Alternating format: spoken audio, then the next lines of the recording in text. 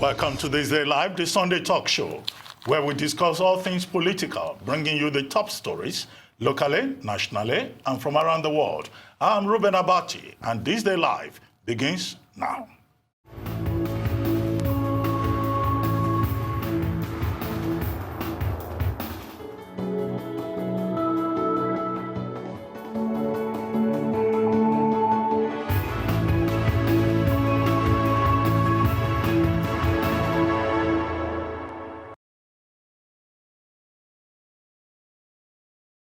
I'd like to welcome today's panelists. First, Professor Bola Akintenrewa, Director General, Bolitag Center for International Diplomacy and Strategic Studies. Chike Ogia, former Commissioner of Information, Delta State, and Professor Victor Ariole, Professor of French and Francophone Studies at the University of Lagos. Now, gentlemen, let's start, as usual, with a very important story from Nigeria.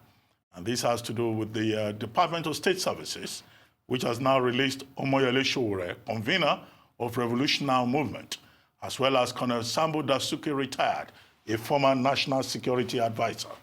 The two men were released on Tuesday evening following a directive from Abubakar Malami, Attorney General and Minister of Justice. The Department of State Services had initially refused to release Sowore, who had been granted bail by two different courts. He had been arrested by the secret police on August the 3rd ahead of a planned nationwide protest. Malami took over the case from the DSS. Before ordering the release of Sowore and Dasuki, the Minister of Justice said his office would not defy court orders. Former National Security Advisor Sowore Dasuki, who was released after 4 years detention, has also been speaking on his release, saying he has no feud with President Muhammadu Buhari, who ordered his incarceration despite meeting bail conditions. Also, Omoyele Sowore has been nominated by U.S. lawmaker Josh Gothiema for the Prisoner of Honor Award, Prisoner of Conscience Award in the United States. The award, which is to be presented by the Tom Lantos Human Rights Commission, is for promoting, defending, and advocating for international human rights. Major development in the course of the week in Nigeria, with Sowore and Colonel Dasuki are released by the Department of State Services, even if the Attorney General had said previously that he was not going to get involved. This has raised a lot of issues. Do you think it's a good step? Do you think that the government has eventually shot itself in the foot? Because now Sowore has become an international hero. That's right. Amnesty International had called him a prisoner of conscience. Now you have a body in the United States also giving him an award. And I guess that will be one of many more that will come. Let me start with you, Chike. Yeah, it's like you rightly said, you captured it very well. The government definitely has shot itself in the foot because the Attorney General all the while had the prerogative of filing a nolle prosequi from the beginning. And he knows that he cannot abdicate his duties and abdicate it to the DSS. Like you rightfully said, 2-3 courts have granted bail to Sowore over time, and they kept on insisting and holding him up. What I don't even understand, which baffles me even further, is the fact that people are congratulating the government. Why should the government be congratulated for doing the right thing? If anything, I think it just showed the government for what they are, that it's an anti-democratic government. Because really, this kind of behavior has no place in a democratic setting. What about Dasuki? 4 years of his life. How is that going to be gotten back? I agree he's a good Muslim and he has said, it's the will of God and all that, but that is religion and that's a separate thing. We're talking about law. We have 3 courts over time that had granted this man bail. He has not been convicted for anything. He's on trial. If he's going to be a flight risk or whatever, the court knows how to do what they need to do to bind him and keep him there, and he will go through his trial. Bail is not something that it's such a big luxury. It's part of our law.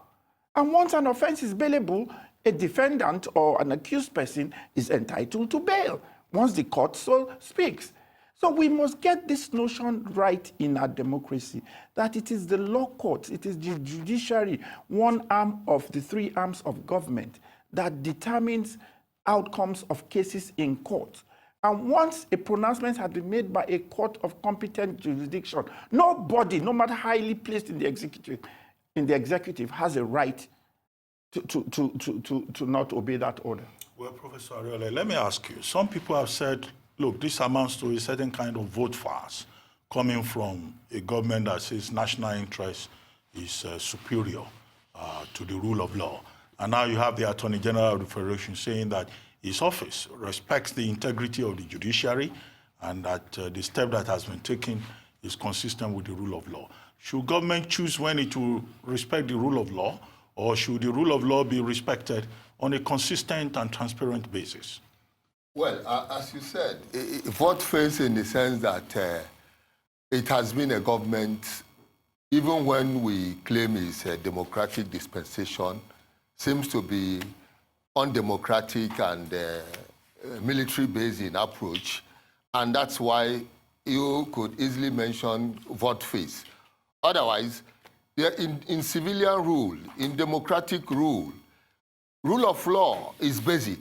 It's the minimalist you can talk of before even talking of national security. Because national security is embedded in rule of law also, especially when it comes to your citizens. It can only be beyond your borders, like Boko Haram is harassing us. That's where you're not going to introduce a rule of law because it's a supranational or international something, because the borders are to be protected by the military. So whatever the military do or are doing in terms of helping us out of Boko Haram, that you can talk of no rule of law because those people are not citizens of Nigeria. But when you are dealing with people recognized as citizens of Nigeria, the rule of law must supersede whatever you claim to be national security, because they cannot be the one trying to inhibit security processes in Nigeria, like Sowore, like Dasuki. They are all Nigerians and they have done their duty in terms of what they are supposed to do to keep Nigeria going. One was security advisor, one is fighting for humanitarian causes, and they are all intended in making Nigeria a better place, whether we like it or not. It's just that somebody who claims to be more Nigerian than others has to incarcerate them and say, look, we have to put them in a close to cool their heels because we seem to see them as an enemy against the state, which is not the case. So vote face is basically when they tend to see themselves as military rulers. That's where it should come in, really. Prof, I'd like your take on this. The Attorney General says he expects that the two persons who have been released will respect the conditions of their bail going forward. And President BUHARI, in another context, says, well, his conscience is very clear because all through the year he has respected his oath of office. Do you agree that the president's conscience is clear, or that the Attorney General has done a good thing, even if a bit rather late? From self-perception, President Muhammadu Buhari believes that his conscience is clear. But outsiders, observers that we all are, we do not believe that his conscience is clear. But we can admit to an extent that if his conscience is clear, then we must hold his close collaborators responsible for not enabling him to see clearly. Now, if we do not want to hold his close collaborators responsible, then we must ask, why is it that the government, as I once argued here, government is only thinking after acting. Government should, think deeply before acting. What we are faced with the release of Dasuki and Sowore is as a result of national and international pressure. So government does not need actually to wait until much pressure is brought to the doorsteps of government before beginning to see clearly. The second point is that if the Attorney General and the President are saying that the people released on bail should respect the conditions of their bail. I think they are not telling us anything new at all. And that one is not a big deal for whatever reason. Why? These people have always been there. They are not running out of the country. The passport which we to travel out, they can always attach the passports if they think that they are going to escape, justice. But that's not the case. If the president says he's believing, he's respecting his oath of office, that I will ask the question, like the DSS spoke on behalf of government, that it had been respecting court rulings. Who are they really fooling? When the court first decided to grant bail to Sowore, DSS didn't respect that. It was only when an ultimatum, 24 hours, was given. That was the time now, they now saw the implications. Precisely. So now, weighing the implications, they now decided to comply. Even when we talk about that preliminary compliance, what happened thereafter? Within the court. Prof, what do you think of the opinion that, in fact, the federal government owes Dasuki and Sowore an apology? And beyond that, there are other persons who are still being incarcerated in various correctional centers or detention centers across the country, including in Cross River State, Agbajalingo, who has been detained since August just because he criticized the state governor. And then also in Kaduna State, you have a gentleman called Daddy Yatta. And then there will be, of course, so many others across the country who are in detention centers, either for expressing their right to free speech or for, just asking basic questions. Do you think all such persons should also be released and the federal government should apologize? At two levels. If Mr. President seriously believes that his conscience is clear and that he's implementing, the oath he swore to, I think if he comes to the open and address Nigerians and apologize, in fact, he will have reunified the whole country.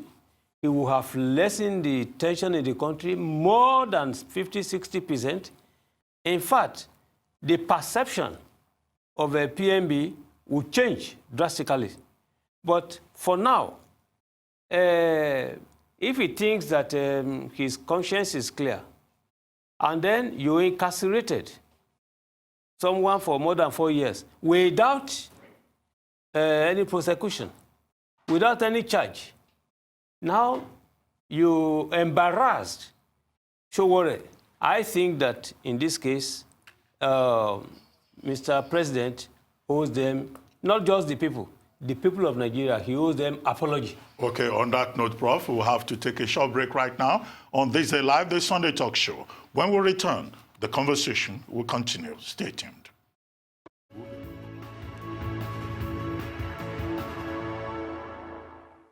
Welcome back to Thisdaylive, the Sunday talk show, here on the Arise News channel.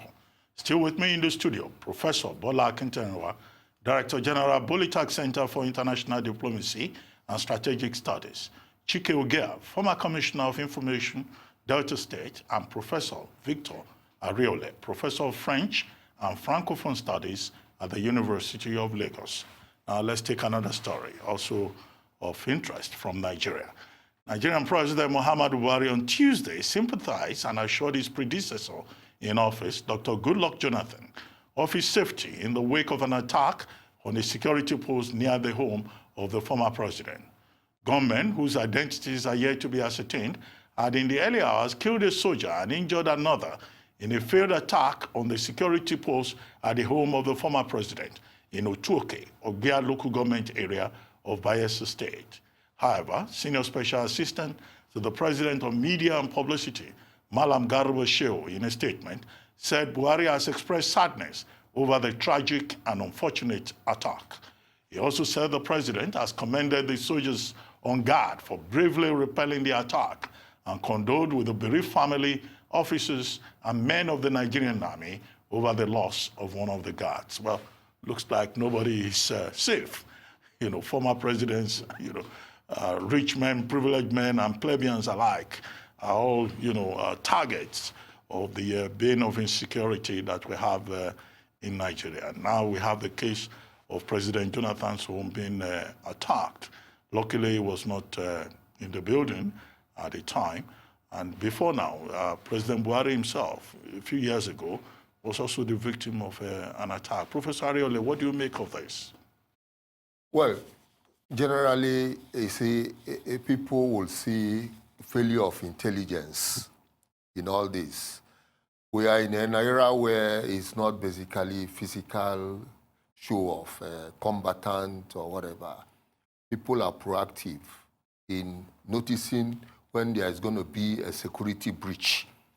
And it will take serious explanation to prove to the world that Nigeria is really ready to save its citizens. If a former president, you know, could be attacked in such a way, very remote Bayelsa State, we all know, close to riverine area, close to our, you know, and government is also there, which is supposed to be in charge of what the citizens expect of a government, their security, their welfare, and the whole president is there, ex-president is there, and that security is not there. I wonder, you know, are we going to give ourselves up to prayer, like people are saying Nigeria is a prayer ground and everybody praying, when in effect, we're supposed to tackle our problems intellectually. I don't think we should have anything against prayers on Sunday. Yeah, I agree with you, but then what is there?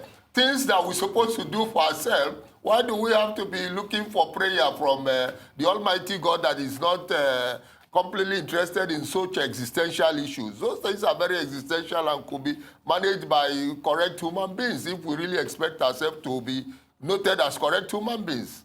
Seriously, government is indicted here, whether state government or federal government, whichever way. Indictments comes to them. Okay, Professor Akinterewa, what's your take? You think former presidents are special people who should not be attacked?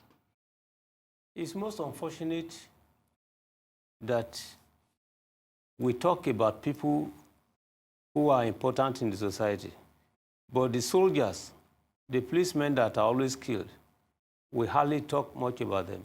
The best we have always done is to say we sympathize with the parents, with the relations, with the wives, with the nuclear family. Most unfortunate. You see, if someone has to die to enable the other person to live, we need to sit down more critically and examine all this. If anyone is going to die because of the need for someone to be well protected, then we need to look at the conditions, what to do, especially beyond what the military might have provided for. The second issue is the issue of community policing, state police. We've been talking about all this all along. When Victor raised the issue of intelligence gathering or failure of intelligence, it begins at the level of the community. I am saying that the president of Nigeria, Muhammadu Buhari, does not appear to have understood the magnitude of insecurity in Nigeria. He doesn't. Now it is because a big man is affected now, they are making statements. And they will say, look, he's now guaranteeing the safety of former President Jonathan. Now, why was the safety not guaranteed before the event? And now that he's now compelled to say security will be, his safety security will be guaranteed. Now, how is he going to ensure that one? You see, the critical point is that if the system of political governance in Nigeria is not revisited to ensure that true federalism is put in place in such a way that each constitutive state of Nigeria will be in a position to monitor, all right, threats to state security and national security, that will be a fundamental problem. The commissioners of police, the governors themselves, they have told us that although they are called the chief security officer of their states, but the commissioners of police direct their complaints, their reports. In fact, they report to the IGP, Inspector General of Police. So they are not directly responsible to the chief executive officer of the state. So if we are looking at this problem at the level of Goodluck Jonathan, it is good. But we need to actually look at the more fundamental problem that, look, the DSS, all the security agencies cannot ensure security without the active support of the generality of the people of Nigeria. Well, point well made. But Chike, what do you think? There have been quite a number of conspiracy theories about what happened at the residence of President Goodluck Jonathan 4 days ago. Some people are saying, look, clearly it must be a failed assassination attempt. And, you know, some of those theories have been linking the incident to the gubernatorial, to the politics of the gubernatorial election in Bayelsa State in November, specifically November 16 election. Do you think that's a possibility, a line that the security agencies should pursue now that President Jonathan has even asked that, look, there should be an investigation? Or you think this is just a case of criminality, you know? In addition to what the two professors have said, which are very valid points they made, I think the one I strongly, and I've always advocated on this platform, is the one about true federalism. Before we even come to the issues of conspiracy theories, the truth is that every locality tend to know themselves. There's this story that it was a gunboat that actually was going to be stolen. And if we expect someone in Abuja to protect someone in Bayelsa in Yenogwa, then there must be something wrong with us. You understand? So the truth is that, like I rightly said, that whole politics of Bayelsa, coupled with the security breaches in Bayelsa, the security situation in Bayelsa, will be known by the local and the police in Bayelsa, and they should be able to preempt these kind of things. Like you rightfully said, there was such an attack even on the head of state itself, or the president. Not head of state. Well, the head of state, head of government. Just add the word military to it. Exactly. So the president himself was attacked, and that just shows, like one of the profs also rightly said, it is because we are talking about presidents and ex-presidents. How many of us have been attacked on a daily basis in our houses, on the streets, everywhere we go? Everywhere is totally unsafe. Over this Christmas, I know a couple of people who were attacked on the road when trying to go home. Traveling in Nigeria by road now, it's almost like a death sentence, you know, and yet people have to move. Suicide attempt. Exactly. So what I'm trying to say is that... When they throw irons on the road at high speed, and people just die. Basically, you know, this issue of security, we have to revisit our constitution. That is what is making it not work. Definitely the issues of Bayelsa gubernatorial elections will be there, because a very untidy scenario played out in Bayelsa. How a sitting governor who was supposed to have performed, because he kept on insisting on a candidate against the wish of the majority of the party, and even a party that had an ex-president there. I heard his own feelings were not even taken into account in the whole thing, your ex-boss. Well, you can imagine what that state will be like until that governor leaves. That would be a place that definitely will be unstable. Anyway, security, major concern for Nigeria. The next topic also has to do with security. Militants aligned to the Islamic State group have released a video they claim shows the execution of 11 blindfolded Christian men in Nigeria. The video was posted by Amak News Agency, which is believed to be a platform for the militants. In it, a masked man said the killings were a message to Christians all over the world. He claimed the brutal murders were in retaliation for the death of ISIS leader Abu Bakr al-Baghdadi and his spokesman. No details were given about the victims, but some media outlets have reported that the group said they were captured in the past weeks in Nigeria's northeastern Borno state. Also, the Nigerian army says combined airstrikes and artillery bombardment have killed 40 fighters and top commander of terrorist group Islamic State for the West African province during a firefight in Yobe and Borno state. According to the Chief of Army Staff, Tukur Buratai, a top ISWAP commander, Abu Mukhtar, who coordinated several attacks on the fringes of Lake Chad, was among the over 30 terrorists killed during the fierce encounter. Meanwhile, Buratai has commended the troops and has urged them to remain resolute in order to finish the war. Now, Nigeria versus Boko Haram versus ISIS, ISWAP, you know, and great problem in the northeastern part of the country. But we'll take a short break now. When we return, we'll discuss that, and I will have your input. So we'll be right back. Stay tuned. It's still Thisdaylive.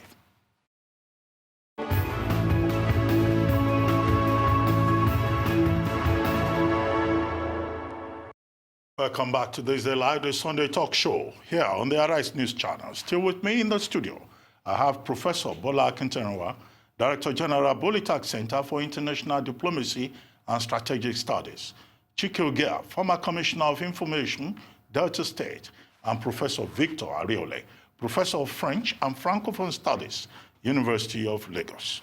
Now, before we went on that break, we were talking about Boko Haram. And also the killing of 11 Christians, something that has generated a lot of outrage among Nigerian Christians, considering that this came shortly after the United States accused, the Nigerian authorities of tolerating religious persecution. Even if the government had said that was not true, what has happened to those 11 Christians whose identities remain unknown is a positive proof that indeed there is a problem here on our hands, apart from the issue of terrorism, insurgency, and the intractable nature of the war against terror. Prof, let me start with you quickly. What do you make of this? On the other hand, however, the military authorities claim that they are making progress in taking the fight to the terrorists. Professor Akintoye. Okay. What I make of it is simple. As noted earlier on, President BUHARI has not understood the extent, the magnitude of insecurity in Nigeria. The second point is that Nigeria is nearer the point of a fresh conflict, which may be a religious war. And Nigeria may not be able to survive, with a religious war. Because what is happening now is that we have a religious war in the making. From time to time, there have been reports about killing of Christians here and there. The issue is that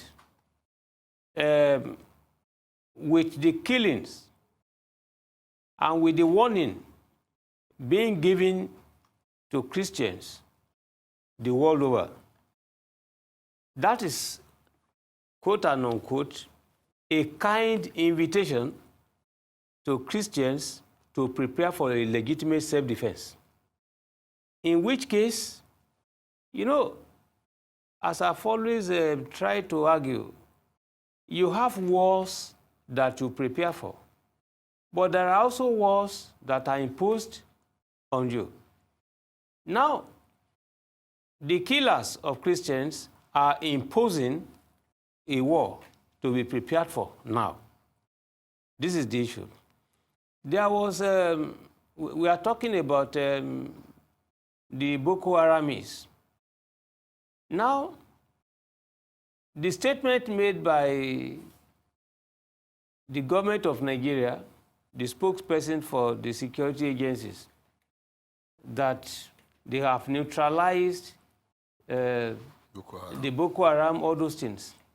I always ask myself, who are these Boko Haramis that they have neutralized? Because last week, there was a guest panelist on Channels Television. He was giving his experience during an interview that he was traveling in between, I think, Kaduna Zaria Road, and there was problem on the road. He tried to seek an understanding of what was on.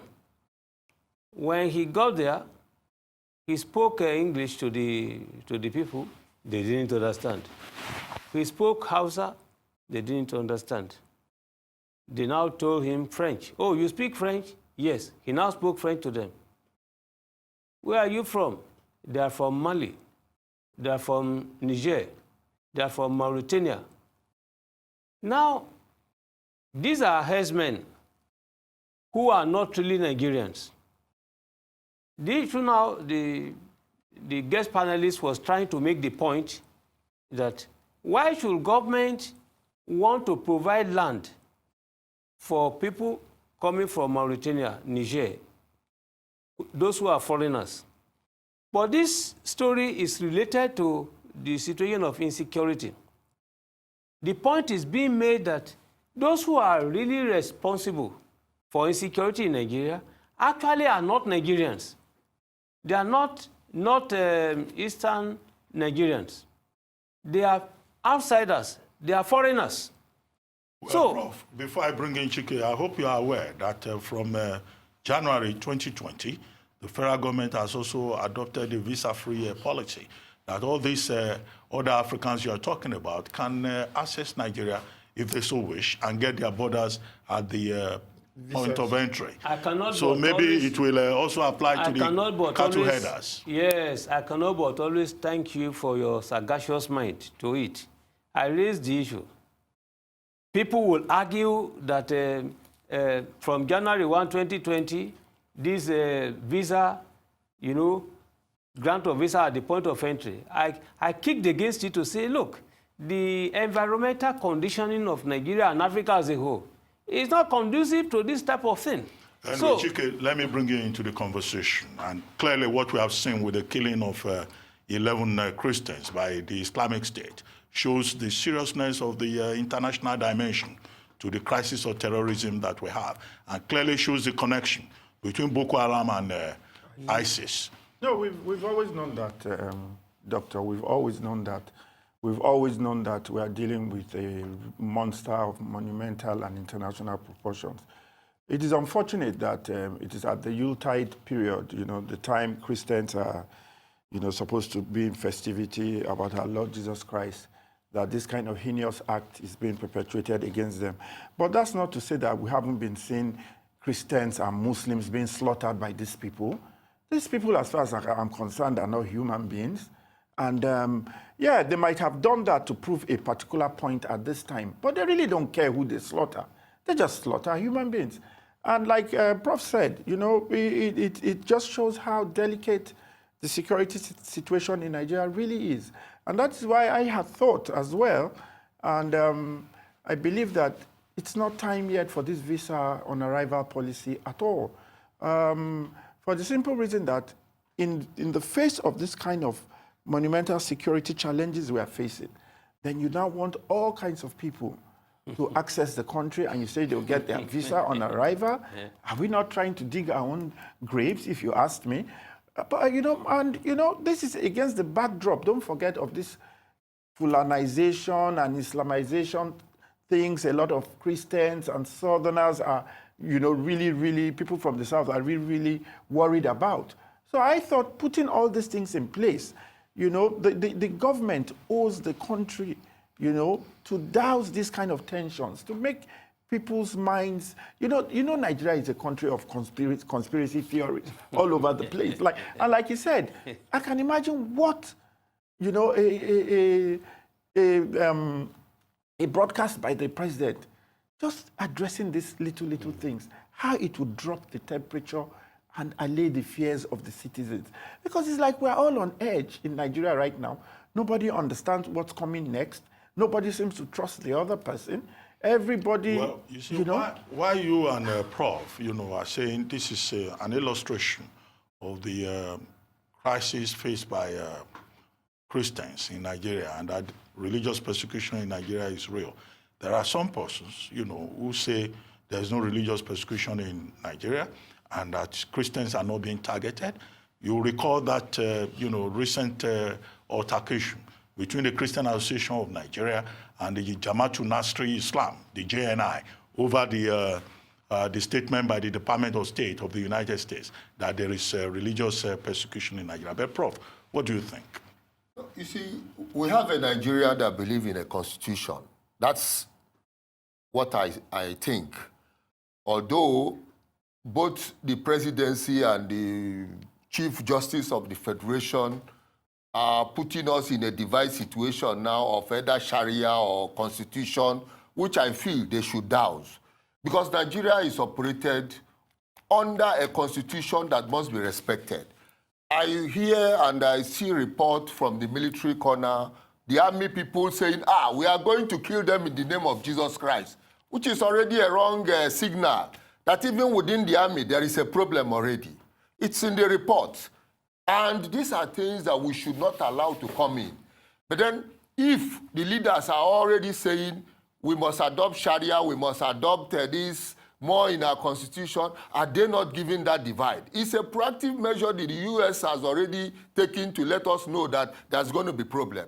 And recently, the 5 countries that are within the Sahel who are collaborating against terrorism, that's Mauritania, Niger, Mali, Niger, and Chad, they came together last month. And it seems the heat now is on Nigeria because they have decided what to do to make sure that the terrorists don't come to them. And then where would the terrorists go if not have the heat on Nigeria? If 5 of them have gathered. Opens the door for everybody exactly. If 5 of them have gathered, and in the 5, only Kabore, who is from Burkina Faso, is a Christian. The rest of them are Muslims. And France is supposed to guide their own security. It's known. That's the French agreement with them. Now I wonder, France is guarding their own security. And Nigeria is not guarded by French security. And how that issue of security of ISWAP and ISIS and Boko Haram will not now be coordinated against Nigeria, especially Victor, against the Christians. The beauty of your point is this. Just last week in Abuja, there were protests in front of the embassy of France. And what were they accusing the French government of? That the government in Élysée, they say they claim to have records that they were aiding and abetting the Boko Haram. So you can on that, sir, I don't think France is aiding and abetting. The reason is that those people handed their security apparatus to France. And France must be loyal to... No, here in Nigeria. Exactly. Not in the Francophone context. Yes, you see, not in the context of the professors can just hold their Francophone. fire. We need to take another short break now. I know it's an interesting subject. We'll be right back. You're still watching Thisdaylive, the Sunday talk show.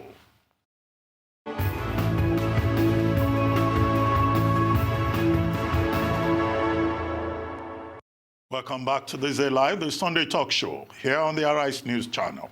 Still with me, I have Professor Bola Akintoye, Director General, Bolitag Center for International Diplomacy and Strategic Studies, Chike Ogea, former Commissioner of Information, Delta State, and Professor Victor Ariole, Professor of French and Francophone Studies, University of Lagos. Now, Profs, we are not going back to that argument over the role of France in Africa between the professor of Francophone Studies and the professor who is from Sorbonne. Let's move on. Let's talk about Saudi Arabia now. The Saudi Arabia Ministry of Justice has banned the marriage of persons under the age of 18. Saudi Arabia also set the minimum age for marriage at 18. According to Saudi Gazette, the Minister of Justice and Chairman of the Supreme Judicial Council, Sheikh Dr. Walid Al-Samani, issued a circular to all courts highlighting the ban on marriage for persons under 18. The order comes after an amendment to the kingdom's child protection law was passed by the Shura Council in January that sought to ban child marriages under 15 entirely and establish new rules around those between 16 to 18 years old. Although child marriages sometimes include boys, they're seen as mainly undermining the rights of teenage girls. The ban is the latest in a string of moves by the government to improve the rights of women in the kingdom. Well, what I find really interesting about this story is that the Shura Council and the Ministry of Justice in Saudi Arabia, passed this new law. But there was more in terms of reaction in Nigeria here. I mean, on social media, Nigerians were protesting. How could Saudi Arabia possibly do this? Reduce the age of consent, to 18. I mean, it shouldn't be so, and all that. And I was wondering, what is the problem with these Nigerians? This law is not made for Nigerians, and I guess that should be understandable because here we have the Child Rights Act, which about 17 states, particularly in the northern part of Nigeria, have refused to domesticate because they say there's nothing like child rights. It will violate religious beliefs and culture. But let me start with you. Well, for me, it's a welcome development in Saudi Arabia because whether we like it or not, that is the headquarters of Muslims in the world.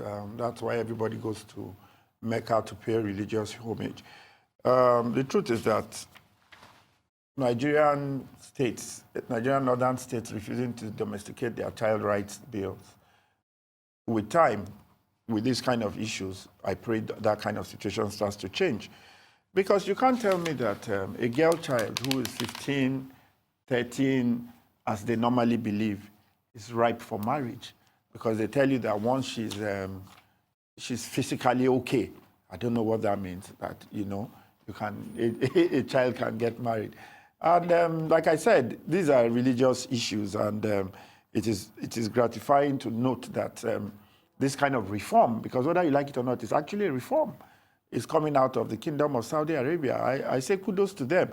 As for Nigerians and social media, that is our work here. So leave us, that's where we flex, Allow us to flex. Let's keep flexing, even with the things that don't concern us, like I rightly said.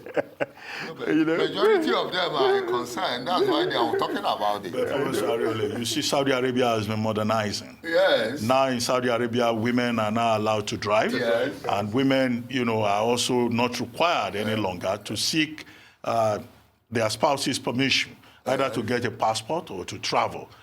So we have a Saudi Arabia that is modernizing. But the concern is that the same Saudi Arabia that is promoting or opening up the space for gender equality gradually, bit by bit, the same Saudi Arabia, is accused of having one of the worst human rights records in the world. Well, you see, it still bogs to what they believe in their belief system, that you should not go against the will of God, I should put it in quote, and that the rulers should always be rulers, sort of. It's like a caste issue which people have to fight against. But I'm very happy that Beijing is working after 25 years. That's the Women's Conference in Beijing. Gradually, it will get to somewhere.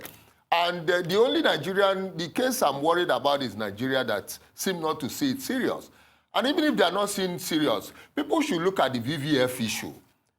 The women suffering from VVF, fistula, whatever they call it. Vesico-vaginal fistula. It's disturbing. We have at least look at that and see it's also human rights breach.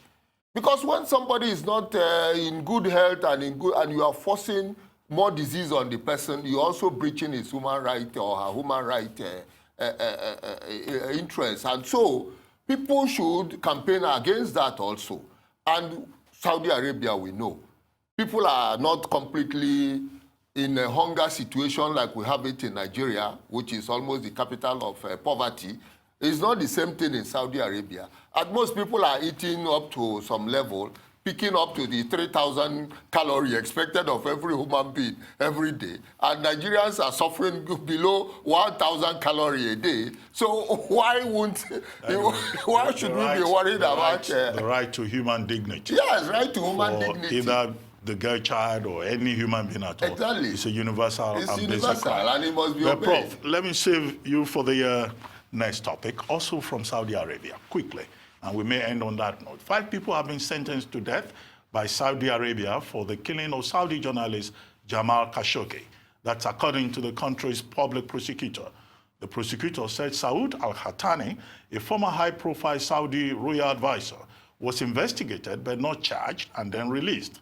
The murder of Khashoggi, a Washington Post columnist, triggered Saudi Arabia's biggest diplomatic crisis since the 9/11 attacks, as world leaders and business executives sought to distance themselves from Riyadh. The CIA concluded that the country's crown prince, Mohammed bin Salman, ordered Khashoggi's assassination, according to a report by the Washington Post.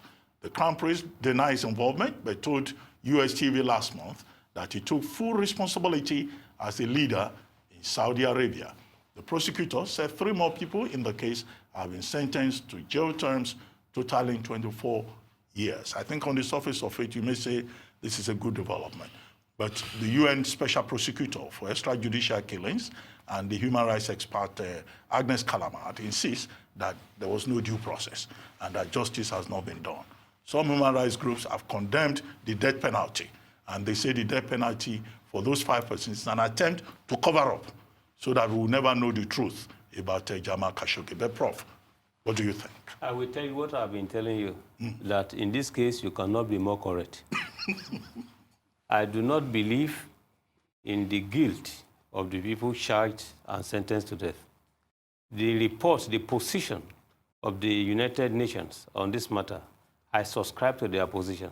I hold the strong belief that the Crown Prince was solely and directly responsible for the killing for 2 main reasons. Reason 1 is that, look, the killing took place within the precinct of a diplomatic mission, their consulate.